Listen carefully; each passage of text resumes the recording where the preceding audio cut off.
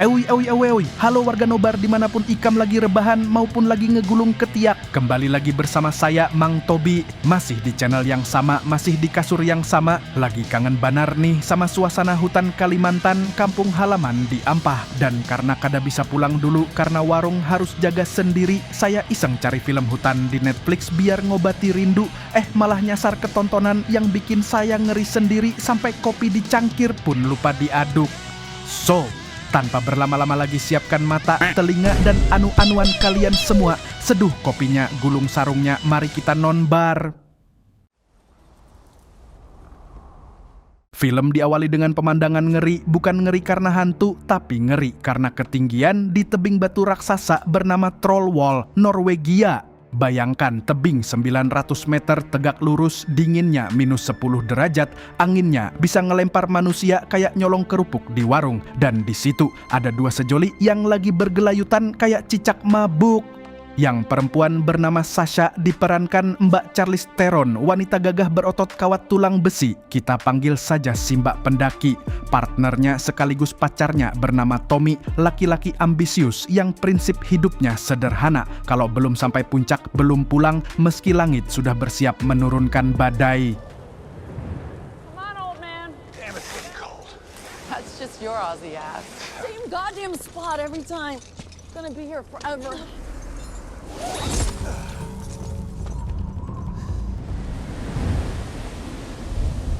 Di sepanjang pendakian, si Mbak Pendaki sudah wanti-wanti, cuacanya mulai nggak beres, kompas keberuntungannya. Katanya nyuruh turun, tapi si Tommy nggak peduli, pokoknya harus ke puncak hari ini. Logika dasarnya sesederhana logika pelanggan warung yang ngotot bayar kiris padahal sinyal 1 bar dan listrik PLN baru saja padam.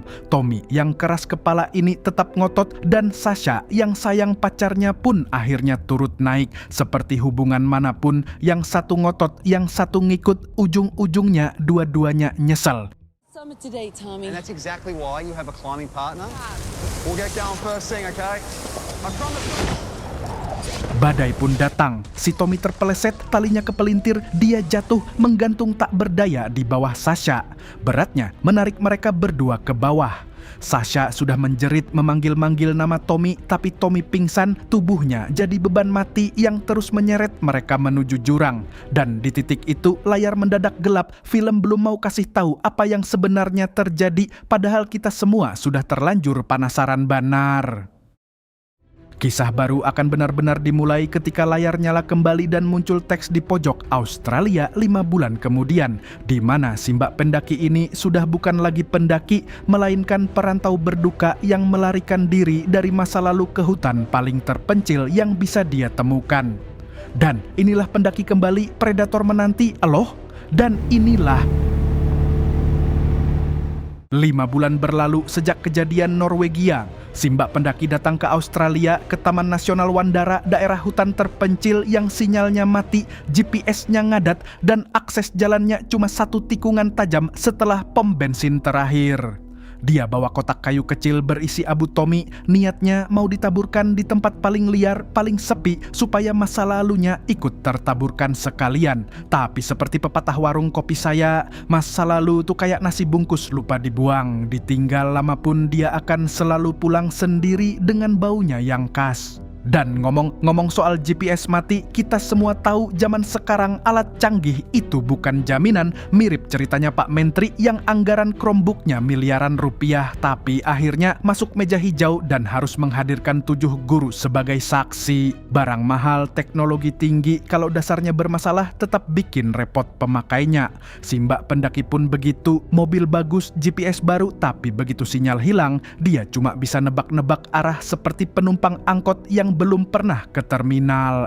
Sampailah dia di pom bensin pinggir hutan yang terpencilnya minta ampun, tempat di mana satu-satunya pemandangan adalah langit kosong dan satu-satunya kehidupan adalah 3 ekor lalat. Lost in these woods all the time, and here they stay lost. Di situ dia ketemu petugas perempuan paruh baya bernama Mel, kita panggil saja Bu Mel, pemilik warung pom yang ramahnya mirip emak-emak komplek yang hafal semua gosip. Bu Mel kasih peta, kasih peringatan bahwa banyak orang yang masuk hutan ini dan tak pernah ditemukan kembali. Warga Nobar tolong catat dulu peringatan Bu Mel karena di akhir film baru kita paham kenapa angka orang hilangnya banyak benar. Saat si mbak pendaki lagi milih-milih dendeng di rak kasir, muncullah dua laki-laki kasar yang tampangnya kayak mantan panitia Karang Taruna yang dipecat karena markup kaos 17-an. Mereka pemburu bawa senapan mulai ngegodain dia dengan gaya sok ramah yang menjijikkan. Tapi si mbak pendaki ini bukan orang baru, dia cuma diam, tidak menunjukkan rasa takut, tidak juga mengajak berantem, hanya bilang terima kasih lalu pergi. Respons kelas atas yang patut dicontoh oleh kita semua yang sering baperan di kolom komentar. Dilalah di pompa bensin nomor 6 ada seorang pria lain yang sedari tadi memperhatikan semua kejadian. Pria ini tampangnya beda sendiri dan dia langsung nyamperin si mbak pendaki buat minta maaf atas perilaku dua pemburu tadi, seolah-olah dia wakil resmi dari seluruh laki-laki Australia. Namanya Ben, kita panggil saja Pak Ben Dendeng karena di latar belakangnya kebetulan ada pajangan dendeng merek Jeno yang nanti akan jadi detail paling bikin merinding di film ini. Pak Ben Dendeng menawarkan diri membantu. Ketika si mbak pendaki nanya arah ke kawasan ngarai, dia malah nyaranin jalan lain yang lebih tersembunyi. Kebetulan sangat pas untuk orang yang sengaja mau menyendiri, namanya Blackstone Bay. Instruksinya detail sampai ke titik koordinat seakan dia hafal luar dalam medan itu. Si mbak pendaki menganggap ini kebaikan orang asing yang tulus, padahal yang sedang terjadi adalah seekor predator yang baru saja melihat mangsa dan sedang memastikan mangsanya bergerak ke jalur jebakan yang sudah dia siapkan jauh-jauh hari.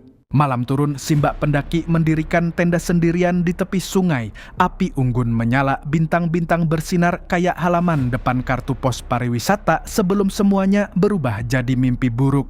Tiba-tiba suara mobil lampu sorot menembus pohon dan muncullah dua pemburu tadi, sekarang sudah setengah mabuk, masuk ke perkemahannya seperti tamu nggak diundang yang menolak pulang meski tuan rumah sudah matikan lampu.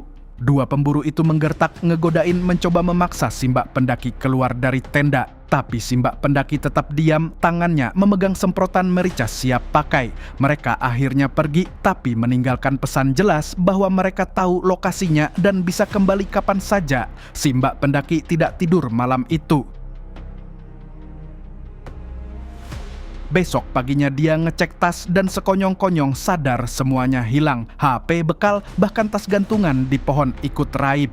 Dia pikir ini ulah dua pemburu tadi, padahal bukan.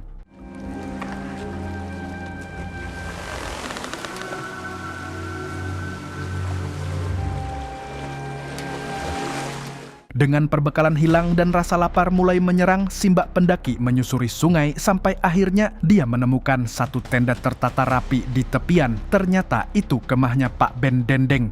Pak Ben menyambut dengan ramah luar biasa, sok kaget tapi sok sudah menunggu, lalu langsung nawarin makanan, air, bahkan perlengkapan cadangan. Si mbak pendaki ragu sejenak, tapi lapar dan kelelahan menang dari kecurigaan. Dia duduk, Pak Ben menyuguhkan ikan panggang lalu menyodorkan dendeng Jeno yang katanya dia bikin sendiri.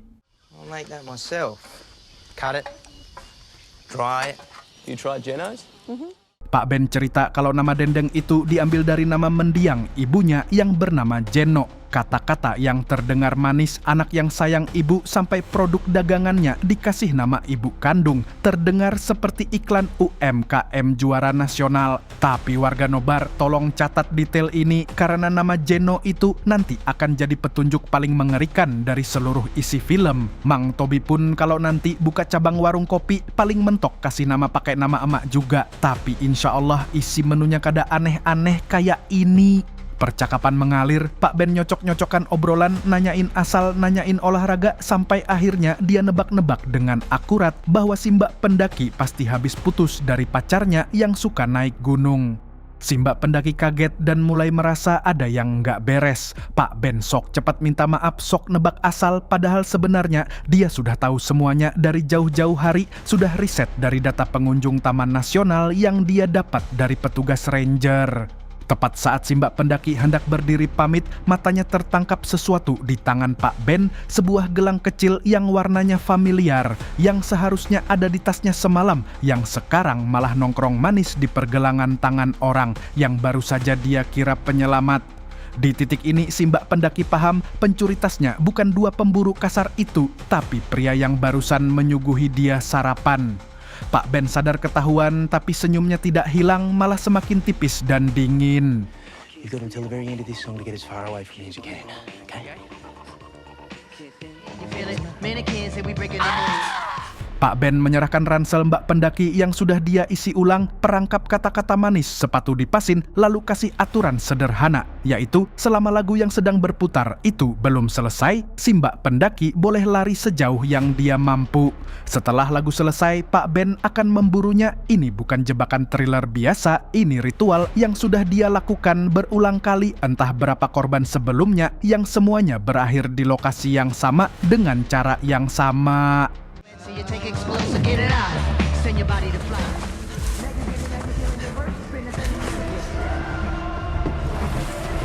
Si Mbak pendaki lari sekuat tenaga, sementara Pak Ben duduk santai menyeruput kopi sambil mendengarkan lagu sampai habis, seperti bapak-bapak pos ronda yang sabar menunggu giliran main gapleh.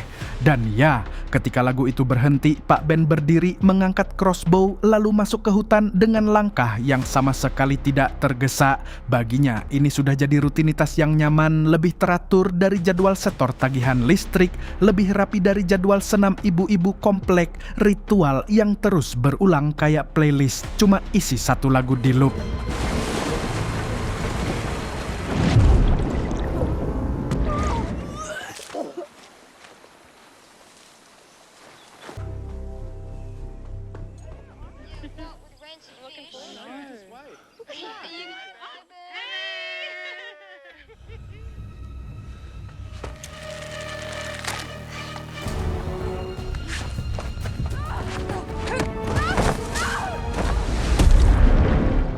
Hutan yang luas itu sekarang jadi arena. Si Mbak pendaki berlari membelah pepohonan, menyusuri tepi sungai, bersembunyi di antara akar-akar besar.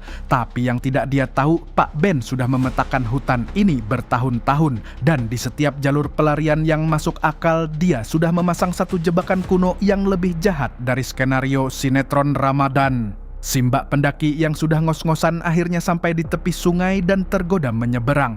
Tepat di saat kakinya menginjak titik yang seharusnya aman, dia kena perangkap beruang yang giginya logam tajam langsung mengunci kakinya, darah membasahi pasir.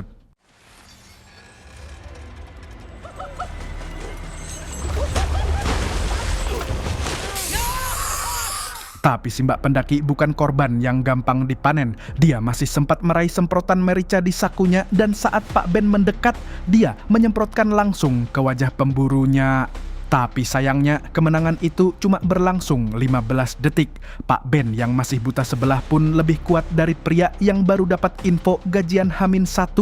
Dia bangkit, mengambil crossbow-nya dan dengan tenang membidik si Mbak pendaki yang masih terjebak. Ah, you got me. Toss the pepper spray. Be playing a game.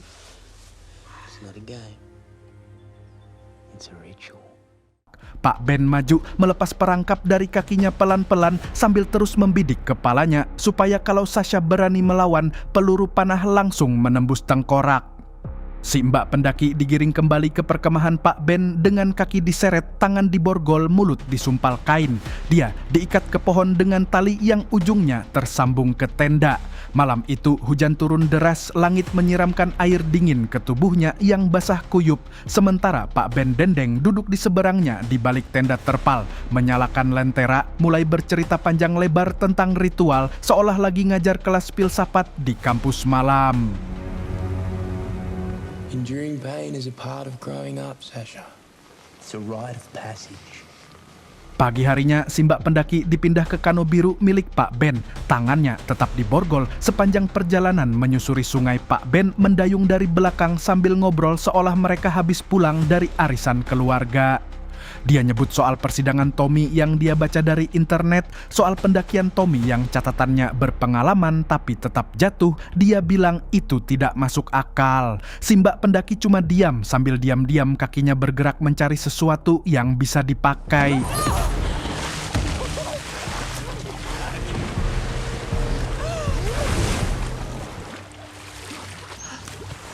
Sampailah mereka di mulut gua yang terselubung air terjun kecil. Pak Ben turunkan kano, mengeluarkan perlengkapan panjat dari ransel, menyuruh si mbak pendaki memakai harness dan kasih satu instruksi pendek dan dingin supaya turun ke lubang gelap di lantai gua pakai tali. Si mbak pendaki mengikuti karena tak punya pilihan, dan ketika lampu senter Pak Ben menerangi dasar gua itu, terbukalah pemandangan yang membuat dia mau pingsan.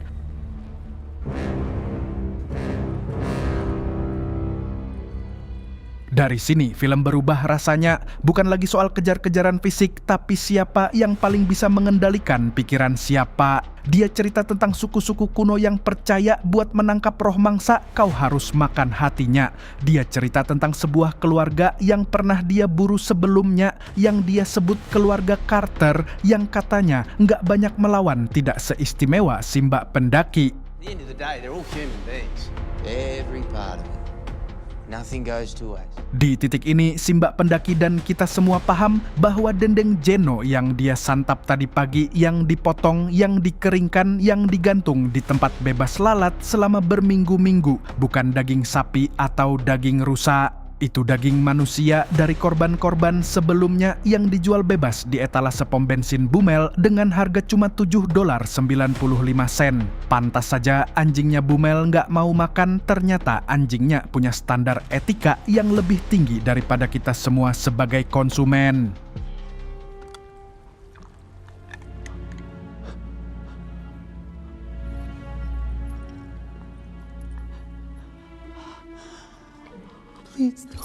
Pak Ben mengangkat si mbak pendaki dengan katrol, menggantungkannya di tengah gua dengan pergelangan tangan terborgol di atas kepala seperti karkas sapi di abattoir. Lalu dia duduk di dekat api unggun, mengeluarkan pisau besar, mengaduk seember air garam yang katanya untuk membuat daging korbannya jadi lebih empuk. Si mbak pendaki yang tergantung itu sambil menahan nyeri kakinya yang masih berdarah mulai mengulur waktu dengan tanya soal foto ibu Pak Ben. Dan Pak Ben bercerita bahwa ibunya si Jeno itu adalah korbannya yang pertama, korban yang dia anggap paling istimewa, korban yang rohnya sekarang selalu bersamanya. Jadi setiap kali dia bikin dendeng baru, dia menamainya Jeno, seolah tiap korban baru itu reinkarnasi bagi ibunya.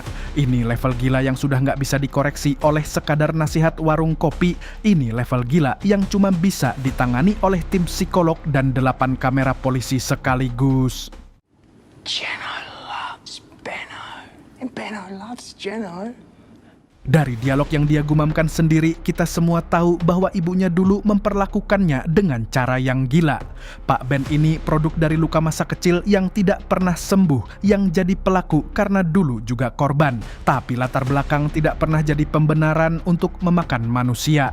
Film ini tidak membelanya, hanya menjelaskan dari mana monster itu berasal, bahwa monster nggak muncul dari udara, monster dibesarkan di rumah-rumah yang kelihatan baik-baik saja dari luar. Saat Pak Ben tenggelam dalam kenangan ibunya, mendekat ke wajah si mbak pendaki dan bilang dia mau menyimpannya juga selamanya, terjadilah momen yang seharusnya jadi pelajaran bagi semua psikopat di dunia.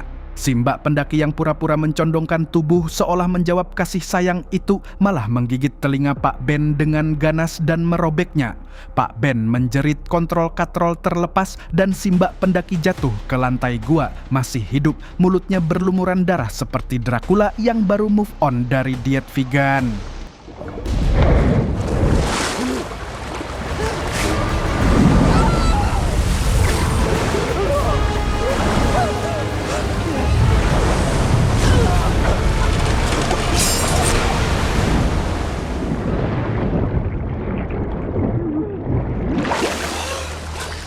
Di kolam dangkal itulah pertarungan terakhir terjadi.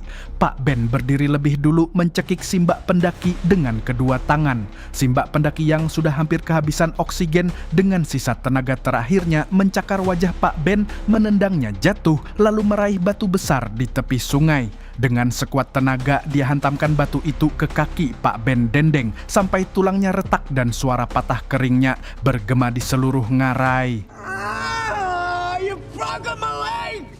Pak Ben yang barusan mau mengeksekusi mangsanya sekarang malah merangkak di atas pasir sambil meraung. Kakinya tidak bisa lagi dipakai, pisaunya terlepas, harga dirinya remuk lebih dulu daripada tulangnya. Si mbak pendaki sendiri terbaring beberapa meter darinya, kelelahan, masih terikat tali yang sama-sama berdarah. Mereka berbaring seperti dua orang yang baru kalah taruhan domino sambil saling tatap sampai malam datang dan keadaan jadi sangat hening. Kemudian film ini memukul kita semua dengan twist yang tidak terduga. Di kegelapan sungai itu, si mbak pendaki akhirnya membuka mulut. Bukan untuk minta tolong, bukan untuk mengancam, tapi untuk bercerita. Bercerita tentang apa yang sebenarnya terjadi di Trollwall, Norwegia 5 bulan yang lalu, yang bahkan polisi pun tidak pernah tahu detailnya. Tommy memang jatuh, tapi ketika dia jatuh, talinya menarik si mbak pendaki juga, dan mereka berdua tergantung di tepi jurang dengan tali yang nyaris putus. Jadi Tommy itu bukan sekadar jatuh karena kecelakaan, Tommy jatuh karena dipotong talinya oleh orang yang paling dia sayangi, oleh orang yang selama ini kita semua kira sedang berduka sebagai korban murni. Si mbak pendaki tidak pernah tahu apakah Tommy waktu itu masih hidup atau sudah meninggal, dan rasa bersalah itulah yang membawanya ke hutan Wandara ini, bukan semata untuk menaburkan abu, tapi untuk mengubur dosa. Film ini pintar banar karena tiba-tiba si mbak pendaki dan Pak Ben kini sama-sama punya benang merah yang sama, yaitu pernah mengorbankan orang lain demi menyelamatkan diri. Cuma beda urutan siapa yang duluan sadar. Pagi datang, Pak Ben yang kakinya patah dan kondisinya sekarat sadar bahwa dia sudah tidak bisa keluar dari hutan tanpa bantuan. Dia butuh si mbak pendaki, tepat seperti si mbak pendaki butuh pisau yang masih dia genggam. Mereka pun masuk ke deal terakhir yang gelap. Si mbak pendaki akan bantu Pak Ben memanjat tebing keluar dari ngarai, asalkan Pak Ben bersedia diborgol dan menyerahkan pisaunya. Pak Ben yang sudah pasrah akhirnya setuju. Si mbak pendaki memasang harnes panggul untuk Pak Ben, tali yang ketat banar mengikat pinggangnya, yang nanti jadi satu-satunya pegangan keselamatan ketika mereka menggantung di tebing. Pak Ben sempat curiga dan mengancam kalau si mbak pendaki coba menjatuhkannya, dia akan menarik si mbak pendaki ikut jatuh. Tapi orang yang sudah sekarat tidak selalu sadar bahwa dirinya sedang dibohongi, mirip pelanggan warung yang ngutang terus, tapi tetap saya kasih karena saya kasihan, padahal saya yang rugi. Proses pendakian itu sulit luar biasa. Pak Ben yang kakinya patah harus ditarik sedikit demi sedikit, sementara si mbak pendaki memimpin jalur, memasang jangkar dan sekaligus menarik beban ekstra yang berat. Tekanan terasa 100% di layar, napas berat, tangan menggigil, dan bayangan tebing Trollwall pasti terus menghantui kepala mbak pendaki. Masa lalunya bukan sekadar kembali, tapi sedang ditayangkan ulang persis di depan matanya dengan korban berbeda, tapi koreografi yang sama persis. Sampai akhirnya tibalah mereka di puncak. Si mbak pendaki berhasil memanjat duluan, menyeret tubuh Pak Ben yang menggantung di tali, dan Pak Ben tersenyum lega karena dia pikir dealnya akan ditepati. Dia percaya bahwa si mbak pendaki berbeda dari korban-korban sebelumnya, bahwa mereka berdua terhubung oleh trauma masing-masing, bahwa ikatan itu cukup kuat untuk membuat si mbak pendaki mengampuninya.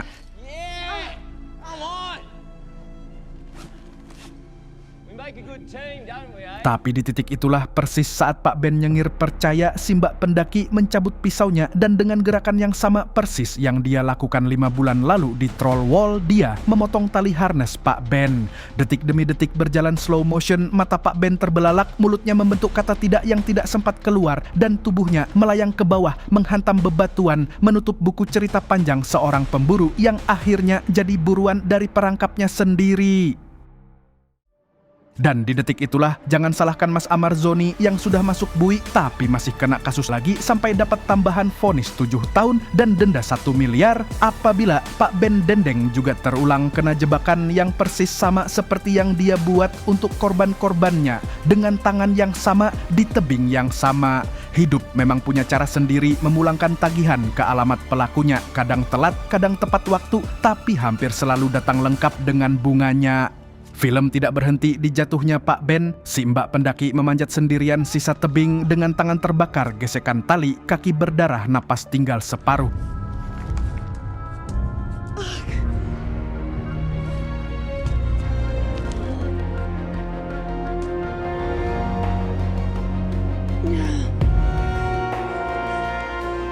Berjam-jam kemudian, dia akhirnya sampai di puncak, ambruk di atas tanah berbatu sambil menangis bercampur tawa, lega yang campur duka sebelum dia bangkit dan berjalan menyusuri hutan menuju peradaban. Di tengah malam, sebuah truk kecil menghampirinya. Seorang perempuan tua bertanya apakah dia tersesat dan si mbak pendaki cuma minta diantar ke kantor ranger. Confirmed that at least 20 bodies have been recovered from a cave deep in Wandara by all the victims. The families of those missing. Berita televisi di Epilog menyebutkan pihak berwenang mengkonfirmasi setidaknya 20 jenazah ditemukan di gua pedalaman Wandara, semuanya korban dari satu pelaku tunggal yang selama bertahun-tahun dianggap tetangga baik hati yang suka bikin dendeng. 20 keluarga yang selama ini nunggu kepastian akhirnya bisa mulai berduka dengan benar. Dan dendeng Jeno yang dulu laris manis kini resmi jadi produk paling dihindari seumur hidup oleh warga sekitar.